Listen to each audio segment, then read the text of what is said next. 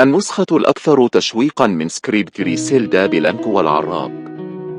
الجميع سمع باسم بابلو إسكوبار، ملك الكوكايين الذي أرعب العالم، لكن قليلون فقط يعرفون اسم المرأة التي جعلته هو نفسه يخاف.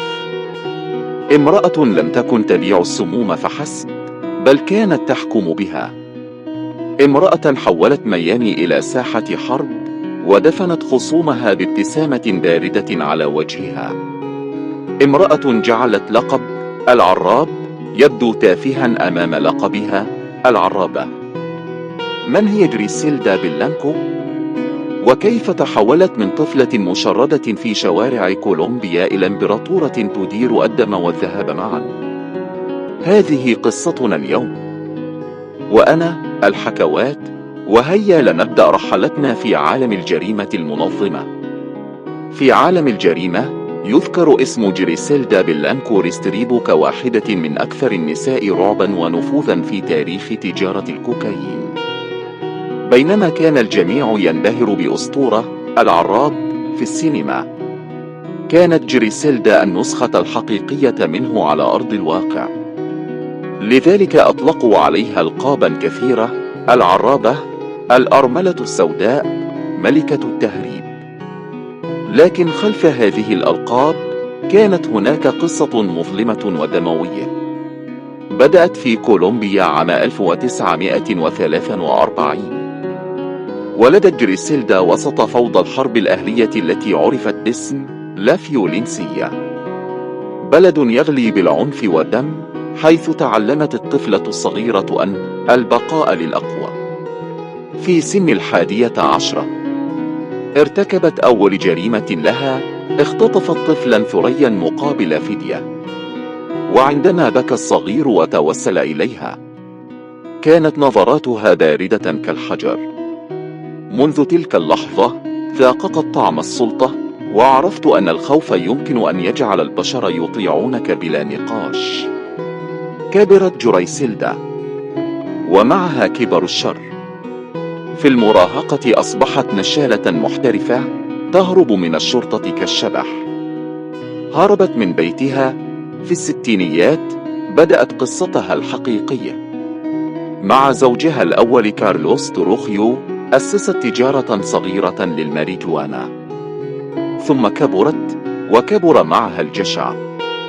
لكن الزواج انتهى بخيانة وغموض، وذكر أن جريسيلدا كانت وراء مقتله بنفسها. ومن يومها ولد لقبها الأشهر الأرملة السوداء. بعدها هربت إلى أمريكا بطريقة غير شرعية ومعها زوجها الثاني ألبرتو برافو. وفي السبعينات كانت أمريكا عطشة للكوكايين، وجريسيلدا قررت أن تكون هي المورد الأكبر. أنشأت شبكة تهريب معقدة ذكية إلى درجة جعلت الشرطة عاجزة عن الإمساك بها. كانت تنقل الكوكايين عبر المطارات داخل قطع أثاث مصممة خصيصا، وحتى داخل جثث الموت. تحولت إلى سيدة أعمال إجرامية تدير المال والموت في آن واحد. لكن مع الوقت بدأ الطموح يقتل الحب. وفي إحدى الليالي الغامضة عام 1975 قتل برافو في تبادل إطلاق نار. قالوا إنها هي من ضغطت الزناد. ومن تلك اللحظة لم تعد امرأة، بل أسطورة مرعبة تسير على الأرض. في أواخر السبعينات كانت ميامي قد تحولت إلى عاصمة الدم. كل رصاصة تطلق هناك كانت تحمل توقيع العرابة.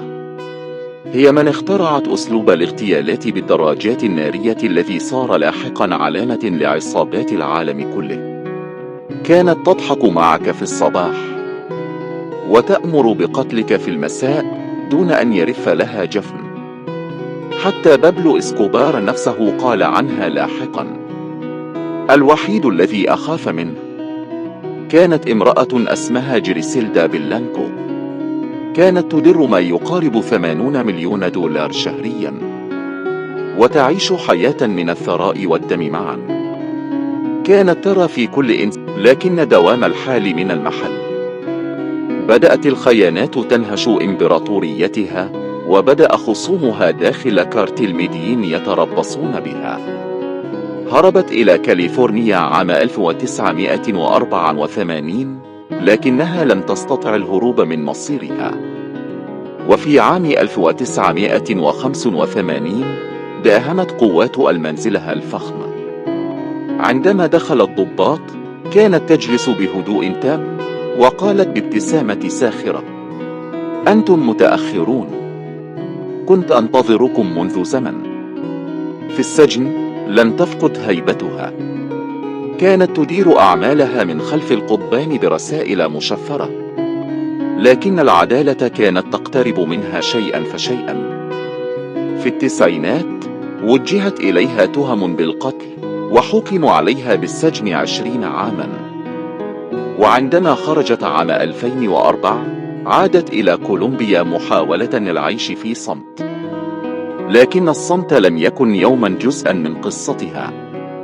صباح يوم حر من سبتمبر 2012 كانت جريسيلدا تمشي ببطء في أحد شوارع ميديين، المدينة التي بدأت منها أسطورتها. توقفت أمام متجر صغير للحوم، وفجأة ظهرت دراجة نارية، رجلان، طلقتان، وسقطت العرابة على الأرض بلا كلمة. نهاية تشبه حياتها تماما، سريعة، دموية، وباردة. قتلت بالطريقة التي اخترعتها هي بنفسها. دفنت جريسيلدا في المقبرة نفسها التي يرقد فيها بابلو إسكوبار، كأن القدر أراد أن يجمعهما في النهاية، عراب وعرابة. ومع أن جسدها مات، فإن أسطورتها ما زالت حية. تحولت قصتها إلى أفلام ومسلسلات ووثائقيات، منها مسلسل بريزيلد على نتفليكس بطولة صوفيا فيرغارا، ووثائقيات مثل كوكين كابويز التي كشفت وجهها الحقيقي، امرأة صنعت إمبراطورية من الدماء ثم دفنتها بيديها. هذه كانت قصة العرابة جريسيلدا بلانكو، المرأة التي أرعبت أمريكا وجعلت العالم كله يهمس باسمها في الظلام.